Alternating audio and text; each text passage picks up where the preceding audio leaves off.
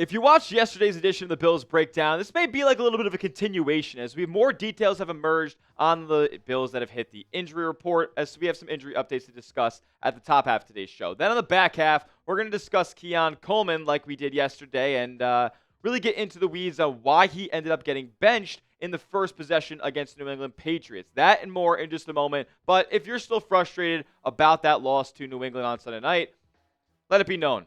Hit the like button on today's video, band together, send the good vibes, and get the Bills back on track for Week 6 and beyond. All right, let's get into the Bills injury updates here. Starting with Ed Oliver, a player who we did not see in the Patriots game. He'd been practicing for the Bills all last week, but did not end up suiting up against New England. And it was unfortunate because I think it's a guy who Buffalo absolutely could have used as they really struggled to get Drake May down on the ground in a lot of scrambling situations. Now, Sean McDermott came out and said on Ed Oliver that he is hopeful, quote-unquote hopeful, that Ed Oliver returns this week against the Atlanta Falcons on a longer week. They don't play until Monday Night Football in Week 6. Now, he said we'll also kind of see where it goes. So he'll basically be at practice. I'm sure it'll be in some limited capacity, at least to start, and then really ramp into full participation as the week goes along. But this is good news on Ed Oliver here. It's interesting, right, though, because we really don't know all that much about this injury, right? We know he got stepped on in practice, but we don't know really how it happened. We don't know who stepped on Ed Oliver. I know he joked about, people making the theories about him falling off his horse, so the horse stepped on him or something like that. But seriously, we don't know what exactly happened in practice, how serious or what is really bothering Ed Oliver here with that ankle. I'm optimistic that he's going to be back and producing at a high level for the Bills here, but missing 4 games now on the season, it is not super encouraging for Ed Oliver, but good to know that McDermott feels hopeful that he will return against Atlanta. Let's move on to Matt Milano here, a player who we saw leave the New England Patriots game in the first half and did not play the entire final 30 minutes, re-aggravating that pectoral injury that he's been dealing with over the last few weeks. Now, this is frustrating, right? Because Milano's been a player who's been injured basically the past few seasons entirely with Buffalo, never really able to get into a rhythm and never really playing at the level because of it that he was at when he was an All-Pro a few seasons ago. Now, this is going to be more frustrating as more time is expected to be missed for Milano here. Week to week is the designation that McDermott ended up putting on Matt Milano. Now, Buffalo, with being week to week, it basically tells me that he's already ruling him out for Week 6 against Atlanta. And then what's happening for the following week for Buffalo? The Week 7 bye. And then after that, you play the Panthers. Do you really need to suit Matt Milano up against the Panthers before you play Kansas City that following week? Probably not. So it looks like Milano's probably going to miss the next 2 games here, and then the Bills got the bye week sandwiched in between. Bobby Babich had this to say on the frustrations from Milano himself. He says, I know it's really tough for him. On the personal level, the guy does everything in terms of taking care of your body and those types of things. You can't let negativity creep into your head. That doesn't help the healing process. So McDermott also did mention that Milano is not a consideration or a candidate to go on injured reserve here. So that is great news for Bills fans. But still, he's going to miss a couple more weeks here. And I just don't think we can do this song and dance again with Matt Milano. He's going to be a free agent at the end of this season. And I just think it's going to be the end of the road for him. This linebacker room is just too often injured. We're already dealing with a Dorian Williams injury. He's day-to-day, so we'll see about that. But it just really stinks that we can't get Matt Milano playing at the level that we would like him to play at because we know how capable he is as a football player. Just the injury bug hits him too consistently, and I wouldn't bring him back as my starting linebacker for next season. Now, moving on to Connor McGovern here, who we saw kind of get injured, and we saw him getting tended to on the sideline with that hand injury that he suffered. Never missed a play in this Bills-Patriots game, but it is significant to know that this injury was suffered to his snapping hand. If you take a look here at him being tended to on the sidelines from the broadcast on Monday night, or on Sunday night, excuse me, he's got a little bit of a gauze there on the middle knuckle. So like basically right here in the middle of his hand, where you have to constantly be bending it to not only block but grab the ball to snap it, is wrapped up there with some gauze and some sort of tape.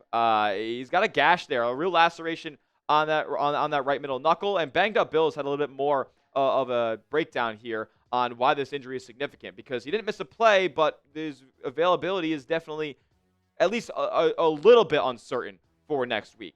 McGovern's issue is that it's his snapping hand due to the laceration of the second knuckle, and he doesn't wear a glove on that side.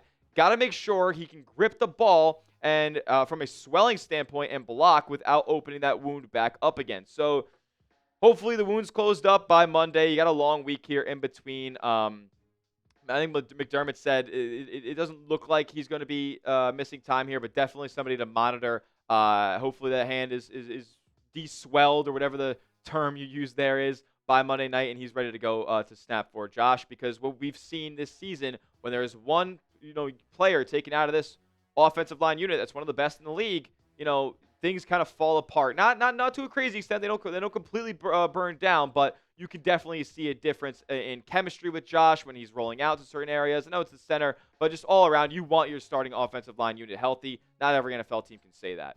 D-tackle again. TJ Sanders with a knee injury.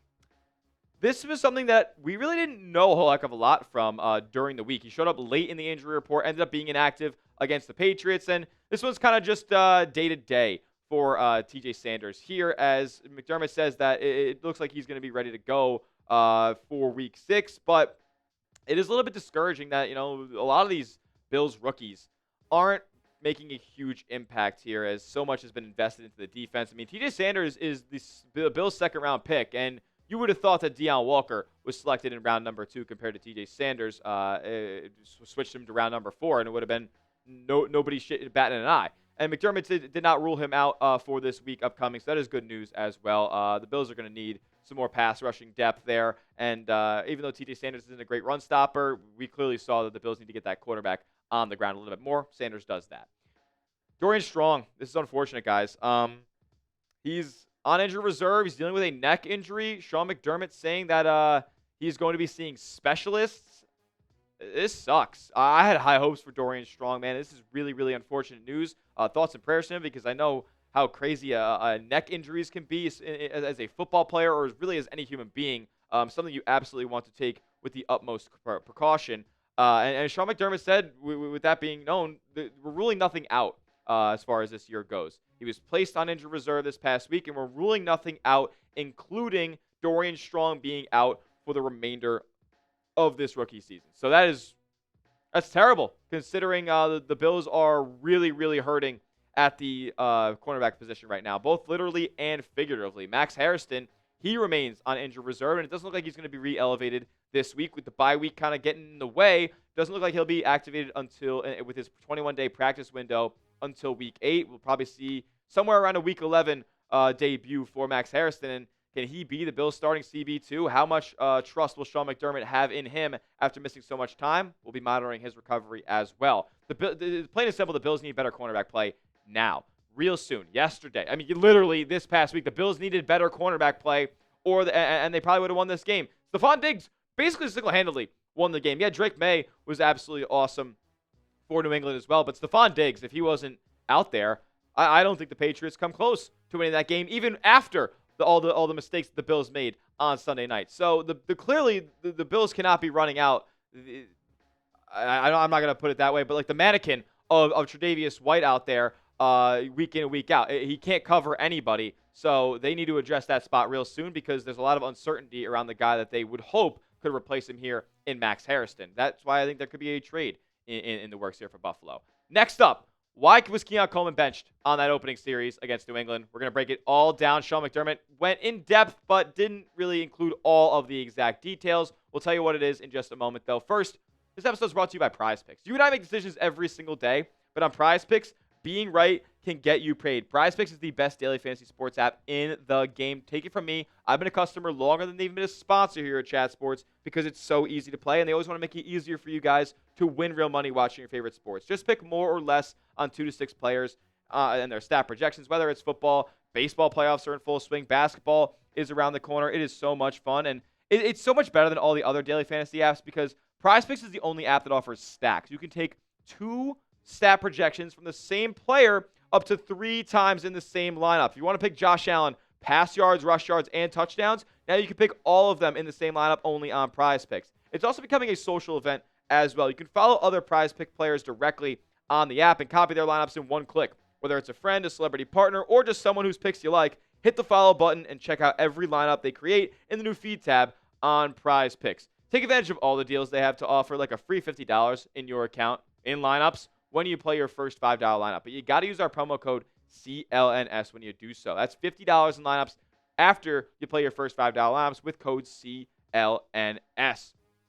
PrizePicks. It's good to be right. Alrighty.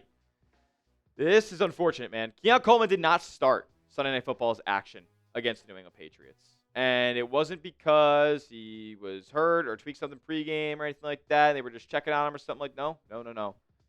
This was a disciplinary action brought in by Sean McDermott. After a reporter asked him about it, here's what McDermott had to say. Sean, was there any specific reason why Keon did not play in the first offensive series? Yeah. Discipline. Coaches' discipline. Something happened during the week? Yes. It's not the first time you've been through that with him. Is that disappointing? Yes. What have your conversations been like with Keon and making sure this doesn't continue going forward? Well, we expect more, and he's shown growth this year. He has. We're looking for more consistency. Consistency, like any specific area, growth, maturation, that leads to consistency more than anything. And like anything else, you have winning habits that lead to winning on the field. And so that's what we're really trying to create. And that's what we're here to do, is help young men. In this case, grow and mature and develop and become professionals, and that's part of the process. Happened during your rookie year as well. Not a fan of this at all, considering the performances that Keon Coleman is putting out there on the field. I mean, what could possibly have happened in practice? Like, is he just crying? Like, what is going on? Is he just like whining? Like, I don't get it. Is he not being targeted enough in practice, or plays not being drawn up for him, and he's getting frustrated about it, throwing his hands up in the air? I would assume it's something along those lines. But my goodness, you're getting paid millions of dollars, my man. Suck it up. You're on a rookie deal playing with the best quarterback in the world. Suck it up. Go out there and perform. And look, if you don't and you continue this type of nonsense, then they're going to find somebody else who doesn't do that. Because guess what? If you're not going to produce and you're going to act like a clown, they're going to go get a different clown who won't act like that way. Yeah, he may not be as good as you on the football field, but we're not dealing with this stuff because this is not worth having this type of headache right now, especially when you're not doing anything vertically down the football field. This stat I'm going to show you guys is a problem for the Buffalo Bills. Average target separation. So average yards you are separating from a defensive back on 20-plus air yard throws. 1.4 yards. They're getting no separation at all. 28th in the National Football League. Atrocious. You're wasting Josh Allen's career with talent like this around him. Completion rate over expected. Plus 5.2%.